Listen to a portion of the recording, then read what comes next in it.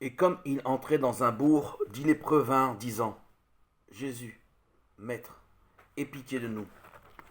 Et à cette vue, il leur dit: Allez, montrez-vous aux prêtres. Et pendant qu'ils allaient, ils furent purifiés. Luc 18, verset 12-14. Les malades l'aiment et savent combien son cœur est ouvert à toutes les misères. Et voici que les lépreux, les bannis du village, les pourris vivants, dans leur grande détresse, courent vers Jésus pour se faire guérir, tout en gardant une distance légale. Car les lépreux n'avaient pas le droit d'entrer dans les villages. Aussi, le miracle des 10 lépreux s'insère-t-il dans la vie quotidienne d'Israël. Le village se défend de la contagion.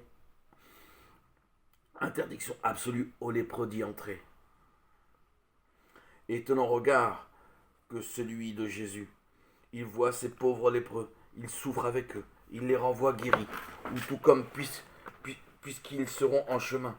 Combien de regards sont indifférents, combien celui du Seigneur savait voir et deviner la détresse.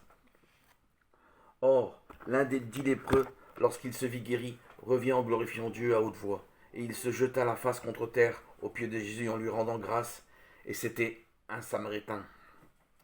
Luc 17, versets 15 à 16.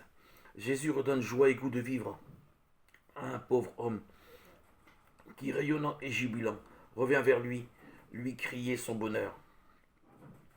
Au lépreux guéri en chemin, venu le remercier, Jésus demande: Est-ce que les 10 n'ont pas été purifiés? Et où sont les 9 autres? Aucun ne s'est trouvé pour revenir rendre gloire à Dieu, si ce n'est cet étranger.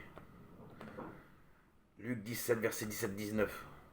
On sent toute sa déception, rien que dans le tour de sa phrase.